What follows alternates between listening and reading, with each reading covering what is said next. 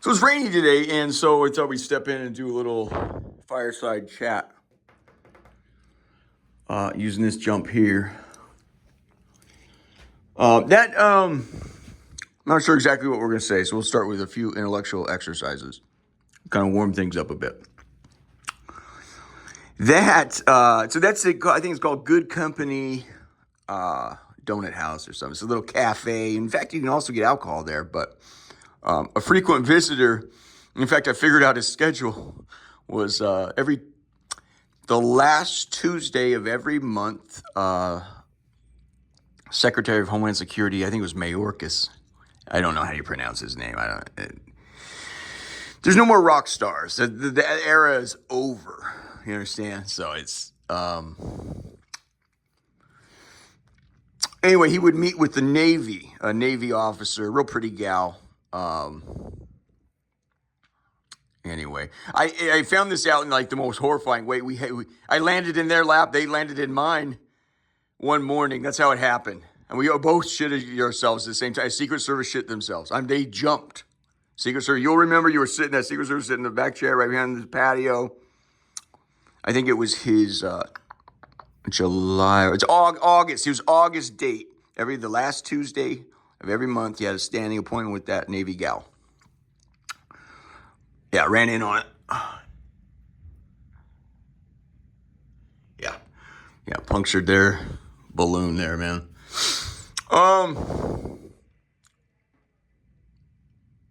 Anyway, no big deal. We ended up rolling the whole city, so it's not.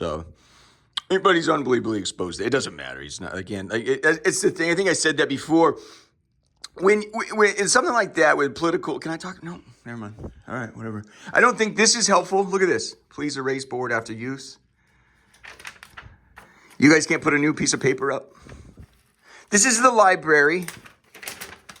It's a satellite library on waterfront. It's very beautiful. They have a lot going on. Look at me. Look at this architecture. Look at these building materials. Isn't that beautiful? This is kind of creative. A couple things came to mind. So here you go. Here's so teens, adults.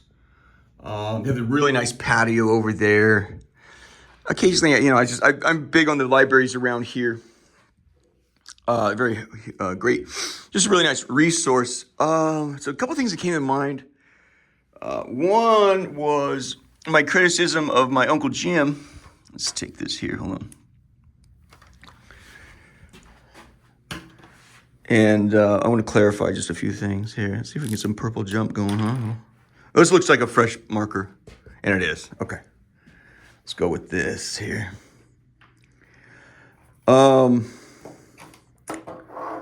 So my Uncle Jim, what can I say? So I was in my family, sometimes when you're vicious like that, that is an efficient way of criticism. And my Uncle Jim will never doubt that how much I love him. And even if he wants to hang me or whatever, or cut me up, I'll never doubt that he loves me. Sometimes when you're hurt and you're angry, it's because you love somebody and they really let you down or something. Maybe we can get into that a little bit. I stand by my criticism of my Uncle Jim, but you better check yourself if you think that's like the round analysis of Jim Wright. He is one of the most talented, gifted, and beautiful men you'd ever meet in your entire fucking life. And that's the truth. I really, really mean that. All my family's military. I think Jim's the second or third born. I'm not sure. If Jim had stayed in the Navy, I think doubtless he'd end up being a general. And not only would he be a general, be one of the most remarkable ones the United States of America has ever had. If I'm choosing a leader that makes diplomatic decisions on whether to invade or not invade or come to a compromise or something, I'll choose Frank every time. If you are trying to find a general that's going to race the Russians to Berlin, you choose Jim Wright every fucking time. I am telling you, he's that good. I stand by my criticism because I love him, and he, I believe, a man of that stature knows he has faults. Anyway, to quickly digress, that's not the main topic here, but to quickly digress, he ended up writing a book called, I think it was called There and Back. There and Back. Okay. So, this is the story of my dad and my uncles out of Riverside. The primogeniture, that's Latin for the firstborn of that generation, is my Uncle Frank. He's honor guard. He had to be delivered. He's 17, 18 years old. This is 1960s Vietnam era. You're terrified. Am I going to Vietnam? Am I not going to? Some people went to Vietnam and they shit their pants. You got the letter. You're going to Vietnam. They shit them pants, cried. Some people did backflips. I can't wait to go get vengeance. My brother was killed out there. I can't wait to go back. It's a fucked up scene. Frank ended up in the honor guard. Anyway, they had to put him in a mill. This is kind of the right family for you. What they do is exciting shit. They were kids, and my grandfather, who was in World War II, fought the Solomon Islands. Some distinguishment there. He got an award. It's just, he's honest about it. Look, I didn't want to go. I was conscripted. I fucking went. I did get in a good battle where I was recognized, but I was there to have fun too. He was kind of honest about it. I didn't really want to be there. I had fun, but I also kicked ass. I kind of appreciate a reluctant soldier does his duty and moves the fuck on. That's everybody in my family did that. They did their 4 years on, and then I think you do 4 years off. You're a reservist for 4 years. I think Jim might have been a reservist for many years after that. When they were kids, so my grandmother would encourage them to go live a life. Do the right thing, always seek the higher thing, but never acquiesce to public opinion. They actually purchased a milk truck down the street, and I think the Riverside Baptist Temple or something. I don't really know this. I never cared too much for the details. I think when you live the story, it's important to you. I had my own adventure. That's what I was told. You go live your own adventures. So they rode in a milk truck that they couldn't do over 33 miles an hour all the way here. The story was my grandfather approved it and secretly told, they were kids, they were teenagers, told my grandmother, trust me, they won't make it past Indio. They won't make it out of that truck. I'm telling you, that truck will break down in Palm Springs. The next day or 3 days later, Frank gets on a payphone and calls my grandfather and says, I need to inform you we're in Arizona. That's how the book, this real life story of There and Back, got written. They rode that, and they said they have endless stories of adventure. It's a Tom Huck, I don't know, Huckleberry Finn. It's just an all-American. It's a bona fide. I try to call my family out on all their bullshit. This, I'll give it to them. That's a badass thing, And they'll confess to you. It's like one of the craziest things about the whole thing was the monotony, the tedium. You wouldn't believe how fucking miserable going through the, plains, the flat land of Texas was, You learn a lot about yourself out there. But anyway, Uncle Jay and I have a little bit of a charming, not so much back and forth, but I think I'm the only asshole who told him I didn't like your book. You know why, though? And this is the thing, if you understand my criticism of Uncle Jim. I say, no. You know why I hated the fucking book? Because I was raised with his stories around Christmas and Thanksgiving and all the holidays, and Jim can rip a yarn, man. He can rip a yarn. I'm like, I expected like this, He kind of just was kind of in my view, it was kind of a brief narrative of what happened. It wasn't a enriched novella. He could have ripped out 350, 400 pages, and it's in my nature to not, Anyway, it's a fucking extraordinary story. It's well written. It's beautiful, and my Uncle Jim is. You guys will soon be radioactive, and I don't think you need any direction from me, but I didn't want to get off this horn without saying, if you think that I really believe my Uncle Jim's a little bitch, you're completely misunderstood, You completely misunderstood. These are very beautiful men. Yeah, sometimes you can be little bitches too. But anyway, and something about human nature too. I thought about seeing if I, as a gift to Jim, when I was out here a few years ago, I registered this thing at the, what do they call it? The Library of Congress. I would never take that if I would, I fill out the app and then ship him the app. I'd never you never do that for somebody publish their own shit. But I went and I talked to him because I'm in the Library of Congress quite a bit. And he says, I just get a lowdown, and they said, well, we have 30,000 submissions every day. Like Nero says, Emperor Nero, he goes, what an artist dies within me. Nobody told Nero the fucking truth. You're kind of sometimes a very little insecure little bitch. You know that? No one would ever win at the Olympic Games. They let Nero win. Nobody's honest with Nero. And that's an injustice to Nero. But what an artist dies within me. You got 30,000 people every day that file something in the Library of Congress trying to get it recorded. 10,000 of those documents are accepted. 20,000 are sent away. That means 20,000 people every single day in the United States of America say, what an artist dies within me. This is an extraordinary story. So much so that I saw some yarn. It looked like a genuine, almost like a tentpole movie made. I can't remember, guys. I can't remember what it was. I said they have, that's Jim's. I've read about script writing stuff that, there's a nugget and you can see they have Jim's nugget. I don't know how they got it exactly. But the one thing you can brag about these guys really did it, and you cannot compete with their stories. That's why I was so pissed when he gave me a copy of that book.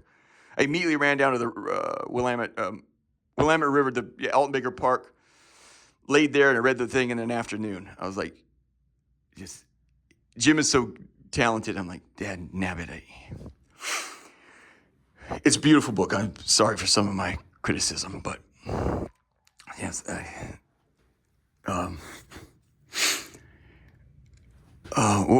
Okay, so let's move on. That was just like a housekeeping item. Now let's do a little brain teaser, and we might wrap it with the brain teaser. We might go on. I don't know. Let's do a multiple choice question. This is the seat of Western civilization, like Mexico City when they came out here, that Montezuma, this is a seat of Western society, civilization. It's now Washington, D.C. And they say, this is the seat of the free world, if not the entire world. So I'm going to ask you, given what you know and what you've been thinking on watching these videos and so forth, and when you watch the news, how do we describe this? They're that broad? They're that pointed? Okay. Who are the most evil people in DC? Sorry about that. It's kind of weird, a little weird there.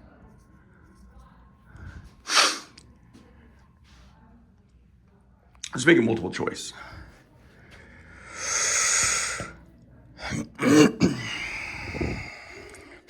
Is it A, politicians? B, lobbyists?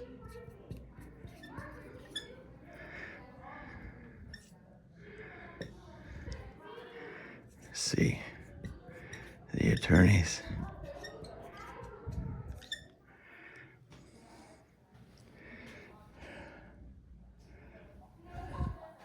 D. Hey guys, crack dealers. I'll tell you something about these kids too. Some of the most dangerous kids. Some of the most dangerous guys on the South Side are kids. They're young teenagers. when you get the testosterone and so forth, as they say, when he goes out, he said, "Can you tell us what happened?" The Moby Dick story is a real thing that really happened. And it was really very traumatizing to those people. It's a funny book for everyone else to read. It was very fucked up for the people had sitting in the raft for 3 months, 90 days, thinking you're going to die at any moment. And they did. They had to shoot each other, eat each other. But he finally got to one. He said, he went on that ship as 13 years old. And he recounts to Nathaniel Hawthorne, or not Hawthorne, who wrote Philbrick? No, God, I'm sorry. But anyway, he says, I was a boy in a hurry to be a man. This is what you have on the South Side. They're boys in a hurry to be a fucking man. It's the older guys that they're not that eager to prove shit. They're not that eager to get it on. You're safer with. Instead, the older guys will say, "Well, be careful if there is wild." They get wild. It's just some, I mean, it's just shit now. It's so this stuff you don't really want to talk about. We're the most evil people in D.C. The politicians who claim to represent, the interests of the people and their constituents. Yeah, oh brother, where art thou is a good joke. He says, "Is I is or is I ain't? Is you is or is you ain't my constituents?" Or is it the lobbyists who take money and represent corporations that need to get laws passed to advance their interests, or to kill laws to advance their interests, such as big tobacco, big auto, big liquor? Is it them or the attorneys defending the reptilian motherfuckers in this city?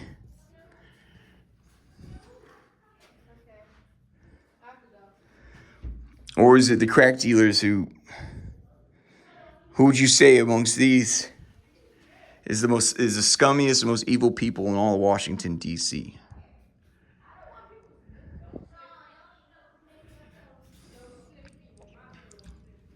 That is correct.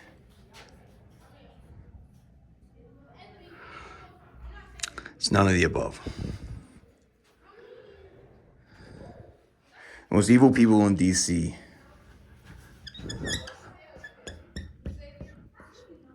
are the media. More fucked up than the politicians, the lobbyists, the attorneys, and the crack dealers.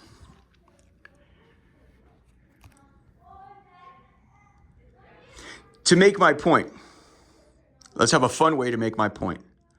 Who is the single greatest, who profited the most? You remember September 11 terrorist attack? 9/11, right? Which single individual in history profited, to explain this conundrum here, what single individual profited the most from 9/11? Well, the obvious contenders, right? Osama bin Laden.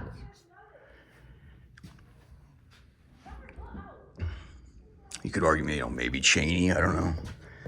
I guess, I've never studied Cheney. I to be honest with you, I deeply admired him. I don't know how greased his dong was by Halliburton. You'd have to get into other things. I think Cheney, it might surprise you, I think Cheney might be a true believer. I think he really believes in empire and the advancement of an organized society. I don't think he sees the problem of what happened. But it shows you even powerful men can be on a very steep learning curve. Who else could you say is... Let's get right to it, huh? Okay.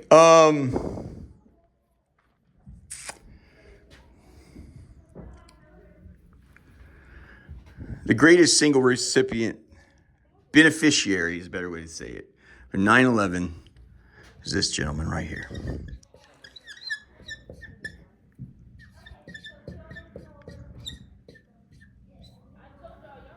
Gary Condit.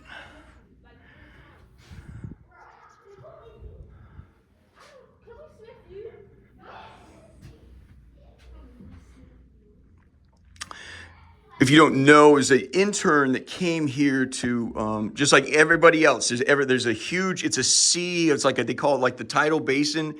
They come in with the tide every 2 years and they leave every 2. Some people stay for another 2. Isn't that? It's a seasonal jump. Some people come and they never fucking leave. You know, they become a cancer until I think it was Reagan said, this thing was designed more so you got the horse and the plow, you're plowing your field, and it's your turn to go do 2 years in D.C. to make sure things are, we're sweeping the floors and keep the housekeeping items. It's an obligation to go fulfill. This isn't a thing to feed your vanity, you see. But there's a one gal, and her name, obviously, and I hate to, because it evokes, let me do what I can to change the labels associated that these guys are responsible for when you talk about the young lady, Miss Chandra Levy. The very first things you need to say when you talk about Chandra Levy is none of the things that the media talks about. She is known for being an exceptionally hardworking and invested intern. I believe she was at DOJ. She really impressed everyone. It was an unusual thing that she walked into. We were about to execute Timothy McVeigh for his revenge on Waco and his revenge on the FBI. They always say it's the Oklahoma City courthouse. What they don't tell you is inside Oklahoma City courthouse were 22 federal agencies, including the FBI, DEA, the whole house, the whole corporation of. That's who he was after. He got the people he was after. And people are upset. Yes, they're just like right here. There's a daycare center. You have to acknowledge the full scene. You have to take in the full analysis. There was a daycare center right here. He put his truck bomb right there, blew the fucking thing to the moon, including the kids that were there. The DEA, the FBI. I don't want to fuck up the agencies here. Some agencies was like, please keep us out of that. We didn't have any, I don't want to fuck that up. I think it was the FBI is pretty singularly responsible for burning those people alive in that building. Anyway, the task set before, I believe, a 23-year-old, and she obviously came from an unbelievably good home. I think maybe Jewish too. She's very, very beautiful, gifted, unbelievably gifted. That's what you need to take away from this. She was unbelievably gifted, and she was presented with one of the most difficult tasks in the world to represent the FBI. He was going to be executed, and you have these people coming in and wanting to talk about, So she was the interface and she was very sincere in trying to get the meaningful answers and what's going on. It turns out at some point she had. I believe Mr. Senator, Mr. Conant was a congressman out of California, I believe. And I think there may or may not have been a sexual affair. I don't know. And I don't really fucking care. This is fucking DC, man. That's the last thing I worried about, The young lady at some point in my memory, I was about her age at that time, in fact. She goes missing. They can't find her. And they end up, long story short, she had passed away. It seems like somebody had murdered her. She was in Rock Creek Park on the other side of town, the very nice side of town, and she had been murdered. But the media had just gone nonstop. You guys are the biggest piles of shit in the fucking world. You know that? Wall to fucking wall. On where Gary Condon this, Gary Condon that. Where's the fucking body? This is the most low probability event in history that he's going to fall in love with his intern. They just quieted down. It's cool, man. It's cool. I'm just giving a talk. These kids I just scared these kids. I'm so sorry. I'm in a locked room here. I'm giving a fucking talk. This is DC, son. I've lost my train of thought here. I obviously don't want to scare a kid, but this is the most low probability event you could imagine. This man's going to fall in love or there's a dalliance of some type there, perhaps. It's none of our business, in fact. There may have been a dalliance there. And the young lady's gone missing. But you guys went wall to wall as if the sky was falling, or as if planes were being run into, falling out of the sky and falling into buildings in Manhattan and the Pentagon and this and that.